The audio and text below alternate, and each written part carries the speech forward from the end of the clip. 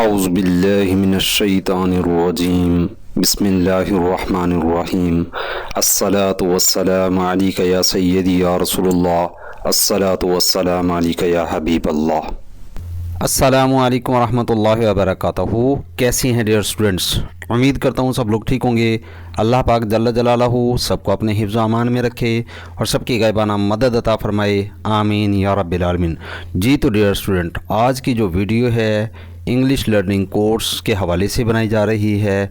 ऐसे तमाम स्टूडेंट्स जिन्हें इंग्लिश समझ में आ जाती है पर बोलनी नहीं आती, या फिर जो है इंग्लिश बिल्कुल समझ में ही नहीं आती, तो ये वीडियो जो है ज़ीरो स्टेप से इंशाल्लाह स्टार्ट करने लगे हैं। स्टेप बाय स्टेप इसमें जो है A to Z सारे स्टेप्स आप लोगों को सिखाए जाएंगे कि कैसे आप लोगों ने जो है स्टार्ट लेना है, और चंद ही दिन के अंदर इंशाअल्लाहुल अज़ीज़ आप लोग ख़ुद को देख पाएंगे कि आप लोग जो है काफ़ी ज़्यादा ग्रिप हासिल कर चुके हैं और बोलने में जो है आप लोग काफ़ी ज़्यादा महारत जो है हासिल कर चुके हैं।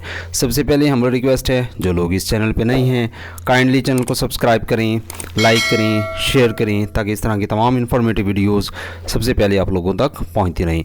तो डियर स्टूडेंट, बात हो रही है इंग्लिश कोर्स की। देखें, कोई भी ज़बान है, किसी भी खित्ते की ज़बान है, तो उसमें जो है सबसे पहले 4 स्टेप्स होते हैं।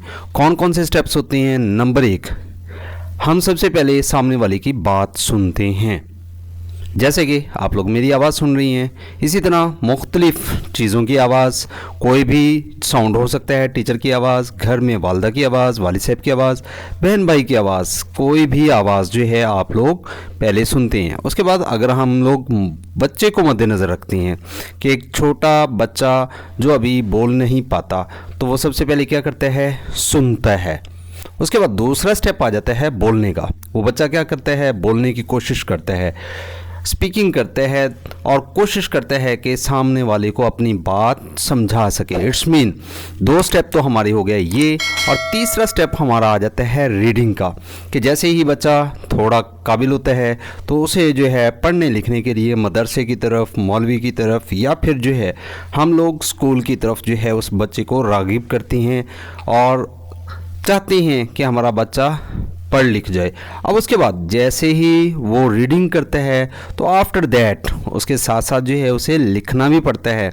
इट्स मीन किसी भी ज़बान के अंदर ये 4 फैक्टर्स हैं जो कि सबसे पहले मुनहसिर होते हैं। नंबर 1 लिसनिंग, यानी सबसे पहले सुनना है।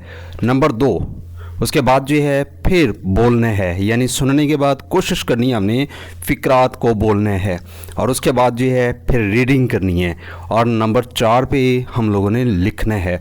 तो ये जो है जिस बंदे के अंदर 4 स्किल्स आ जाती हैं तो वो ख़ुद ब खुद जो है कोई भी लैंग्वेज ईज़िली सीख पाता है।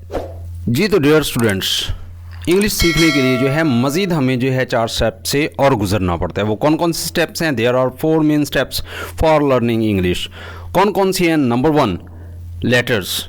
चाहे आप लोग जो है इंग्लिश सीख रही हैं, पश्तो सीख रही हैं, पंजाबी सीख रही हैं, उर्दू सीख रही हैं, कोई भी लैंग्वेज सीख रही हैं, सबसे पहले जो है उस ज़बान के जो हरूफ हैं वो आप लोगों को जो है सीखना पड़ती हैं। उसके बाद बात आ जाती है वर्ड्स की, अल्फाज की। अब ये अल्फाज कैसे बनते हैं? लेटर्स को इकट्ठा किया जाता है, कंबाइन किया जाता है, और उसके बाद जो है वो फिर वर्ड्स की शेप बना लेती हैं। आफ्टर दैट बात आ जाती है तीसरे नंबर पे फिर सेंटेंसेस की। अब सेंटेंसेस कैसे बनते हैं कि वर्ड्स को हम लोग इकट्ठा करते हैं, उसमें लेटर्स का भी यूज़ करते हैं, तो फिर एक नया पॉइंट हमें मिल जाता है। वो नया पॉइंट क्या कहलाता है? सेंटेंस कहलाता है, जुमला कहलाता है। और जब बहुत सारे अल्फाज इकट्ठे मिलते हैं और मीनिंगफुल आंसर देते हैं तो वो जो है जुमला बन जाता है। और उसके बाद नंबर 4 चौथा स्टेप आ जाता है स्पीच का और पैराग्राफ। अब इसी तरह से जो है जब बहुत सारे सेंटेंसेस इकट्ठे हो जाती हैं, जुमले इकट्ठे हो जाते हैं, तो वो फिर जो एक पैराग्राफ की सूरत, एक कलाम, बोल चाल, स्पीच की सूरत जो है इख्तियार कर लेती है। जैसे कि कोई से 2 फ्रेंड्स मिलते हैं तो वो सबसे पहले एक दूसरे से सलाम करते हैं, हाल अहवाल पूछते हैं और फिर नेक्स्ट वर्क जो है यानी इट्स मीन कि सिर्फ एक फ़िक्रा ही नहीं बोलते। इसी तरह अगर आप लोग जो है तालिब इल्म हैं तो आप लोग देखते हैं स्कूल, कॉलेज, यूनिवर्सिटीज़ के अंदर आप लोगों को जो है पैराग्राफ्स दिए जाती हैं, लेकिन उन पैराग्राफ्स की जो बेसिक है वो क्या है? लेटर्स, फिर वर्ड्स, सेंटेंसेस, आफ्टर स्पीच। तो इंशाल्लाह step by step her point को क्लियर करने वाली हैं।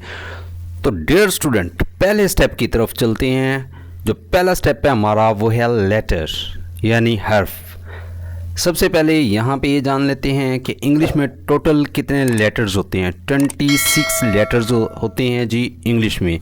यानी आप लोग जो है चाहे कैपिटल ABC लिखते हैं, चाहे आप लोग स्मॉल में जो है ABC लिखते हैं, तो उसके जो टोटल अल्फ़ाबेट्स हैं वो 26 होते हैं। उसके बाद बात आ जाती है उर्दू में, जिसे जो है हरूफ़ तहज्जी का नाम दिया जाता है। तो हरूफ़ तहज्जी जो है अलिफ बे से स्टार्ट हुई, या तक गई, तो इस तरह से जो है इसके अंदर कुल तादाद जो है हरूफ की वो 38 आ जाती है। अब हरूफ का यूज़ यानी आवाज़ों को बोलने या लिखकर ज़ाहिर करने को उर्दू में हर्फ और अंग्रेज़ी में लेटर्स कहते हैं।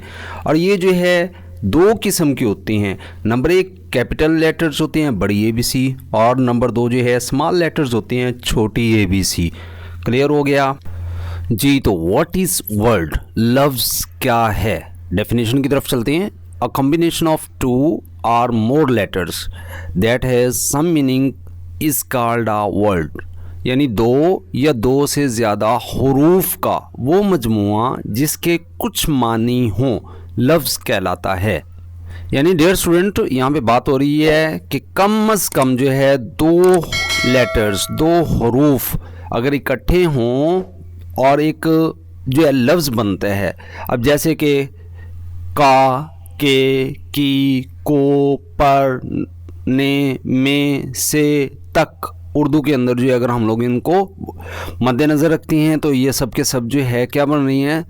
अल्फाज बन रही हैं। अब इसी तरह से जो है आप लोग देख सकते हैं रात, दिन, सुबह, शाम, ये सब के सब जो है यानी जो है अल्फाज बन रही हैं। बस बात आ जाती है कि 2 या 2 से ज़्यादा हुरूफ लेटर्स जब इकट्ठे होते हैं तो वर्ड्स बनाते हैं। चलें चल के देखते हैं इसकी कुछ एग्जांपल्स। जी तो डियर स्टूडेंट्स, इसके सम एग्जांपल्स जो है आप लोगों के सामने हैं। अगर हम लोग यहाँ पे एप्पल को मद्देनज़र रखते हैं तो इसमें चेक करें APPLE, इट्स मीन जो है इसमें 5 लेटर्स आ रही हैं, तो तब जाके एक जो है वर्ड बन रहा है सेब। इसी तरह computer, fish, orange, lamp, nest, these are the examples of words। Next इसके बाद स्टेप नंबर 3 है जी हमारे पास, जिसे जो है इंग्लिश में सेंटेंस कहा जाता है। अब ये सेंटेंस उर्दू में जो है जुमला कहलाता है। डेफिनेशन क्या है? A set of words that make a thing fully understood is called a sentence. अल्फाज का ऐसा मजमुआ जिससे कोई बात पूरी तरह समझ में आ जाए जुमला कहलाता है।